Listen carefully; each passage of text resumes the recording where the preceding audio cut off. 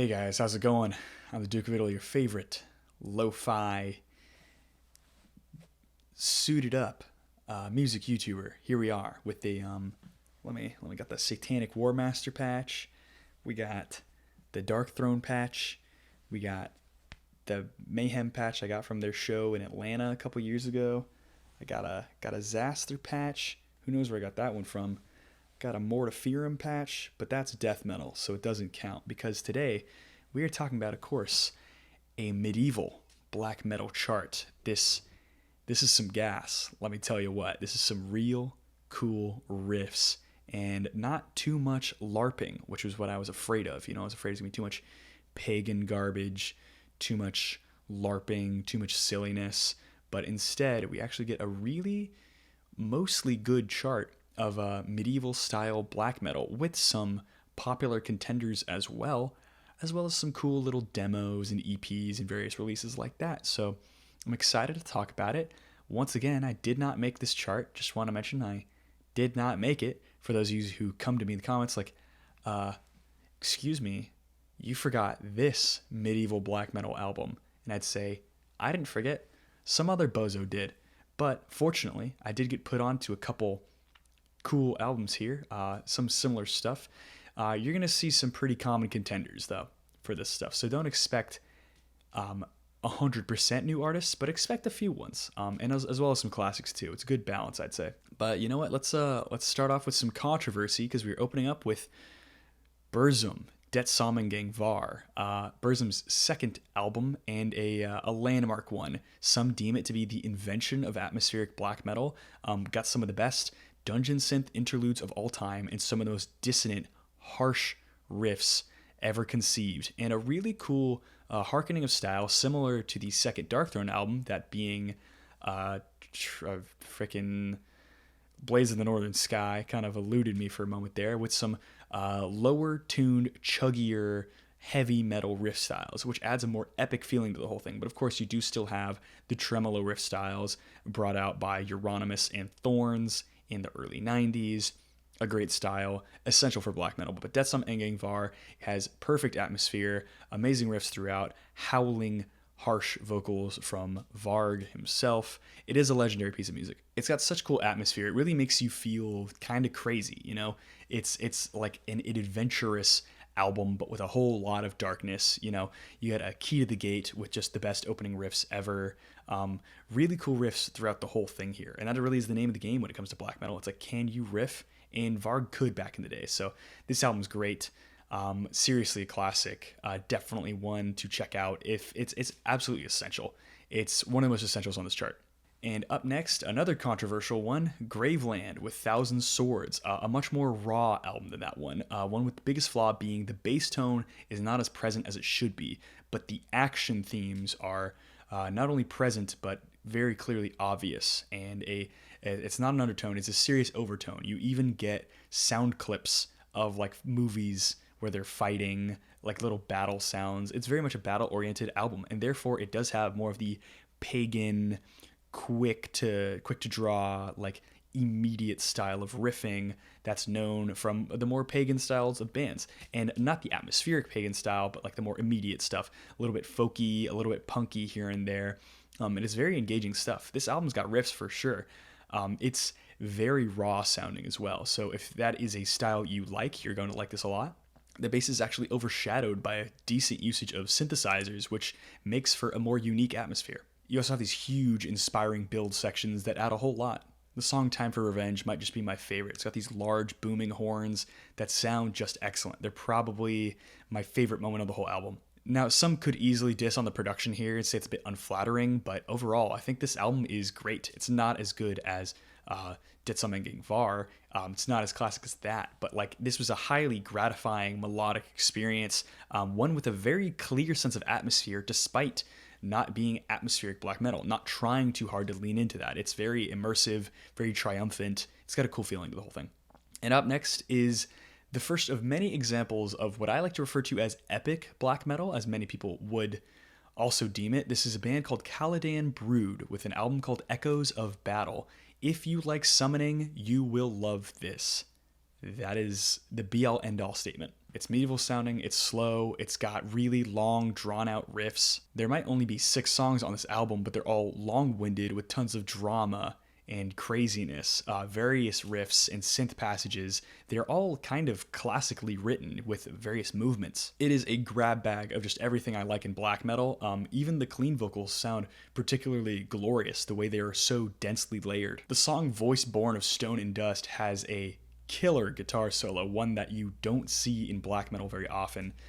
The literal only flaw of this album is that it's the only thing the band ever did.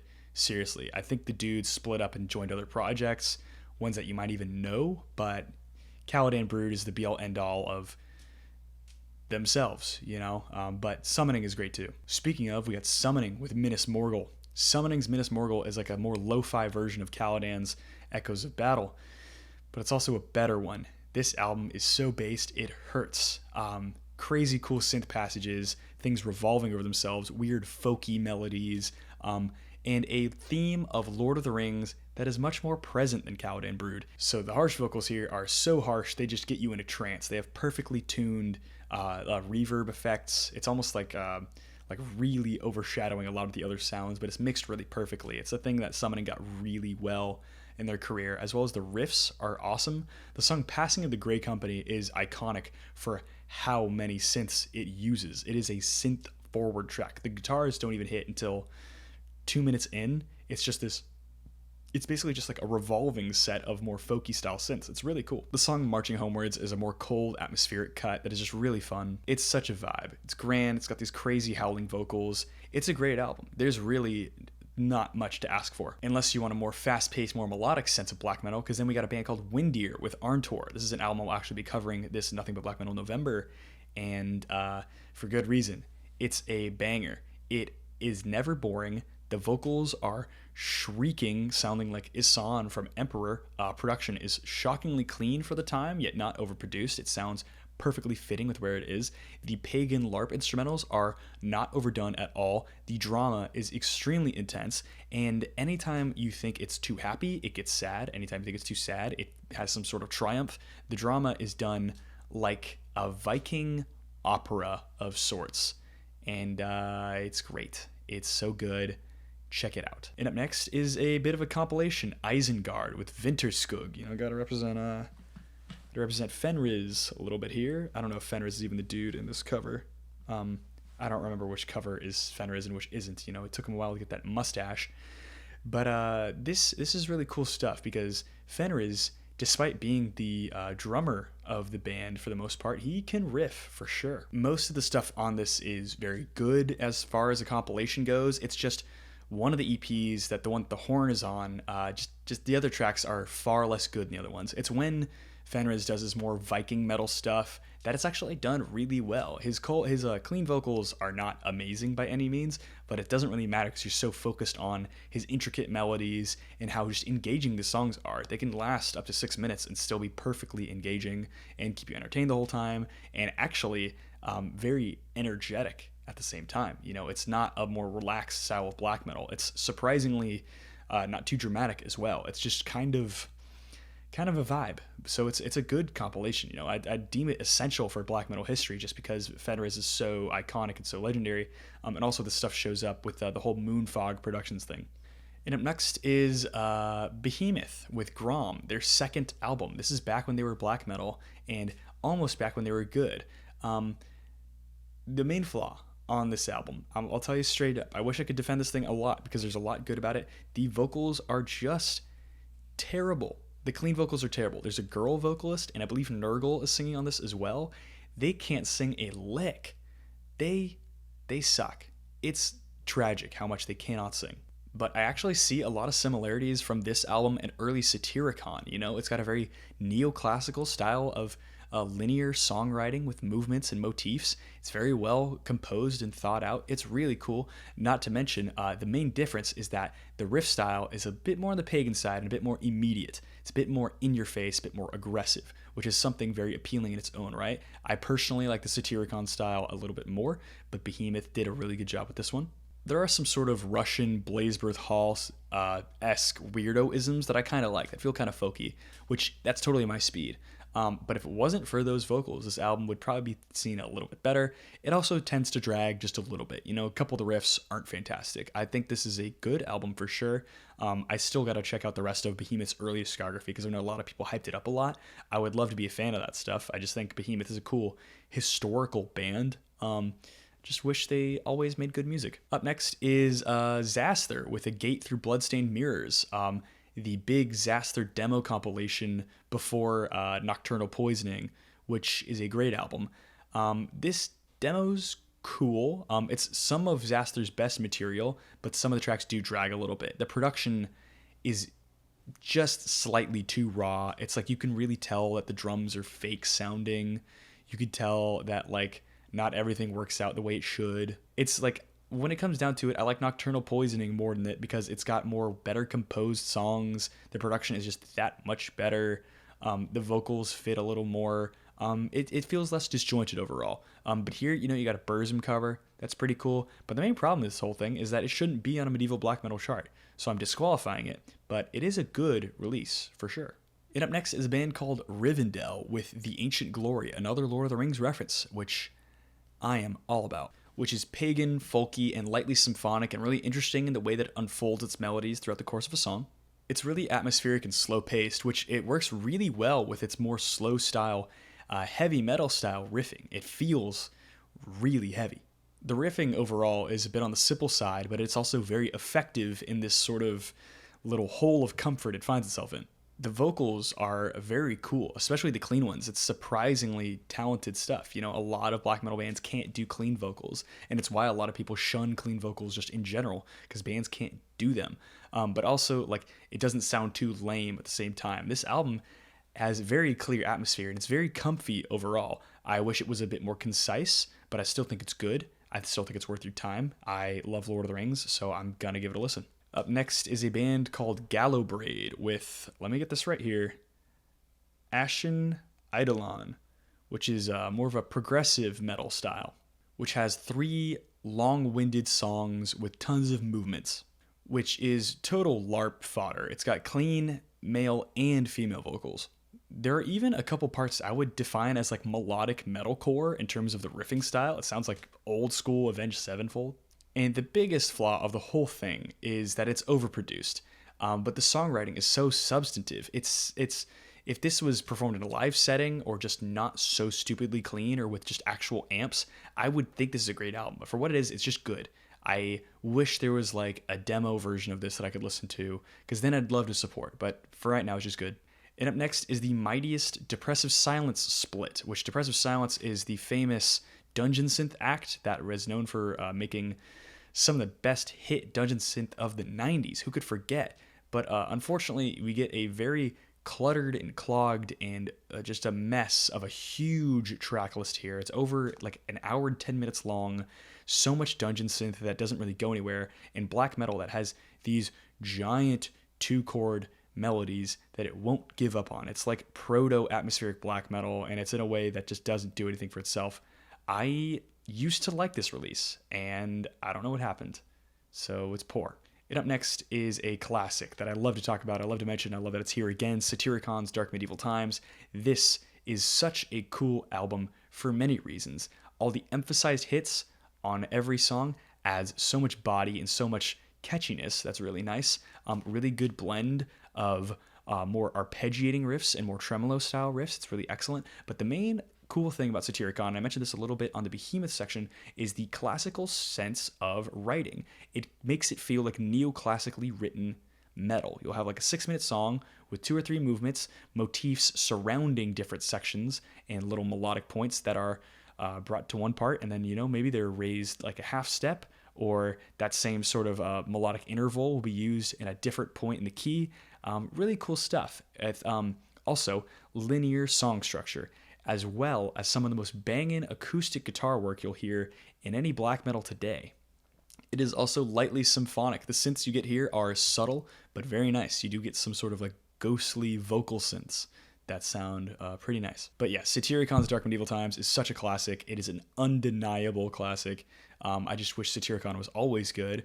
Kind of ashamed of myself for not knowing more of Satyricon's back catalog, but you know, definitely check out Dark Medieval Times if you haven't already. And next we have a band called Cavern with, let me get this correct, Aux Frontiers du Monde. It's from 2015. It is raw and it's very decent.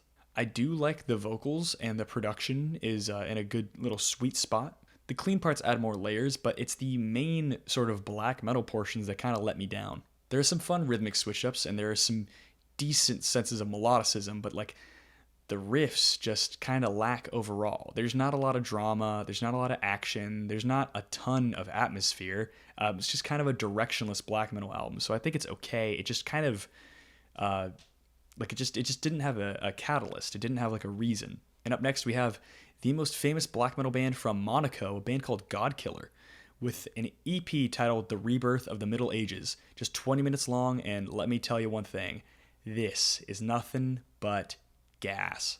It is this howling black metal with some serious melodicism. The song Blood on the Sword Blade is not only one of my favorite song titles ever, but is just intense riffs. It sounds violent without anything actually being objectively violent. Path to the Unholy Frozen Empire is crazy good. Really good call and response sections that add like a whole lot of identity to just this one track that actually differentiates from every other track. Every other track has its own unique identity. It has a general mournful feeling to the whole thing with some really tasteful synths that kind of remind me of like Mortice's more layered textures. Also a lot of waltz time, a lot of 3/4 time, which I like a lot. This is something I'll definitely have to re-listen to at some point. It's only 20 minutes long, so it won't be a challenge, but like, man, was this thing crazy. I think it's great. You guys really got to check it out for yourself. I'm going to get it on physical copy at some point in my life once I have some real money to work with, but I mean, definitely something for you guys to check out for sure. And up next is Minas Morgul with Schwarzheit, which is some riffy pagan black metal with little bits of folk in there, which has some sick thrash metal riffs and sick heavy metal riffs thrown in, which is some really heavy stuff. Even some more like down-tuned, like tremolo, old school death metal parts, which I think are really cool. It's aggressive and, dare I say, spontaneous. The folky parts are not my favorite, but they're not the main focus of the whole thing. There's a lot to get out of this. I'm going to say this one's good because the folk parts just distract me a little too much. They go a little overboard, they get a little too layered, get a little too out of pocket, a little too big for themselves, and I'm not really a big fan of that. It just kind of distracts from any cool atmosphere. I don't really want to actually like pretend like I'm like LARPing right now. That's just not my thing. And up next is Abogor's Orkblut, The Retaliation. It is a giant suite that follows Abogor's first album. It's a 24-minute long EP, and let me tell you, it is nothing but straight gas, nothing but riffs. And the riffs go crazy. They are so immediate and so fast, and I really think here it is. It's great. Check it out for yourself as soon as possible. It's one of the best things on this chart. It's probably top 5. It's from the same place as Summoning and not a lot of other Austrian black metal bands, so you might want to check it out. It's worth representing. It's a band that has released a lot of amazing black metal, and it's one that I have to get into more, and I'm actually kind of ashamed to say I don't know that much about Abor, but this EP is nothing but flames. And after this, we have a band called Enid with their demo. It's a 30-minute long demo with some mostly light symphonic elements. It's like a less aggressive Summoning with some cool building structures. I actually think it sounds like Stardew Valley, but with like guitar textures, which I think is kind of cool. Not entirely my thing. I think the metal could go further because this is a metal release. The song Nahe Avalon is literally passing the Grey Company by Summoning, but worse. So just because it's like trying so hard to be a Summoning clone, I really just think it's okay. It's like Summoning already wasn't like my absolute favorite band, but here it's like actually kind of a struggle. And next we have a band called Tardos with The Grand Psychotic Castle, which is one of the worst album titles I've ever heard, which is a very symphonic, cheesier sounding Emperor clone, which is fun. It is a bit spooky, not like actually good atmosphere, but like it's fun, spooky atmosphere. It's like if a kid said Hotel Transylvania was scary, you'd be like, sure, buddy, sure. It's Halloween stuff. The guitar tone is actually by far the most unique thing here. It's hard to even describe. It almost sounds like it has a chorus effect, but I'm pretty sure it's just because the synths are playing the same melodies at the same time. So it's got some really interesting bodies. So I'll commend it for an interesting production technique. It's goofy, but it's pretty riffy. So I think it's okay. Really not my speed, but I won't knock you for liking it. And up next is a band called Mistur with Attende. MisturAttende, which, if you think what Carcass does to death metal is cool, that's what this band does for black metal. Just groove, intensity, Viking muscles, music for big boys. It's totally just beast mode stuff. There are even some death metal riffs thrown in here. I mean, especially 2/3 into the song Skald, it just turns into death metal. The symphonic elements are basically necessary when it comes to the music on this chart, but here they're actually done very tastefully. It's a little bit rare, but every time it only benefits the music. A lot of motifs taken straight from early Darkthrone, those just chuggy power chords that sound so awesome, real In the Shadow of the Horns type music. It's LARP stuff for sure, but the heavy syncopation and the death metal riffs and the riff quality and how heavy this thing is and how not over the top it is just means it's great. It's good workout music. It's really excellent black metal. It's like it almost does in a way like what Immortal does to black metal, where they do the thrashy stuff and they make it really iconic there. In this way, it takes some death metal, some groove metal, some Viking metal, and fleshes its own style out that way. It's really excellent. And we have one album left for today. Might as well make a quick one for you guys, but get excited. This is Obsequious with Aria of Vernal Tombs. My writing is terrible. But if you really wanted medieval black metal, this is the medieval black metal album for you. It's melodic black metal, but not long-winded or technical. Don't expect tremolo of anything. It's bouncing around constantly. It is no joke super medieval. It sounds like it is ripping straight from medieval folk music. There are actually not a lot of blast beats here. It shows up very rarely. It's more lining up with more polka beats or more folk style beats. Don't take this the wrong way, but the vocals do remind me of Summoning with the high amount of reverb, but none of the rest of this sounds like Summoning. It is not nearly as epic or grand. It is very much more, I don't want to say comfy because it's just so action-packed, but it's like a party. There's a lot of traditional heavy metal influence on the guitar riffs, which is really cool. It makes it sound that much more medieval. This is the quintessential medieval black metal album. It sounds ripped, it sounds like you took a composition from that time and gave it to black metal musicians. So this album is by no means my typical speed, but it is awesome. It's a really great one. It's really cool. I love the style. It's nothing I would ever want to make myself, but I like it. And that is the chart. Here is the chart right here. I hope I can remember to put it there. Happy Halloween if this is uploaded in time for Halloween. I kind of doubt it will be, but here's hoping. And I hope you guys enjoyed. If you did, I'd appreciate a like and a subscribe from you, my very nice viewers. And if you could, follow the artist of this thumbnail. This was made by Bridget, Instagram will be in the description at Awful Assassin. Been my buddy for forever. Actually an old guest on some of my older videos, so definitely show some support. I'd love comments, questions, and concerns down below, in the comment section. You know what that is. And my social media will be in the description as well. My Instagram, Twitter, or X, if you will. I don't have any insane opinions about Elon Musk, but that's just annoying. And my Discord page where you can come and talk to us about metal or Blade or whatever you want to. And other than that, that's about it. Have a good day. Bye.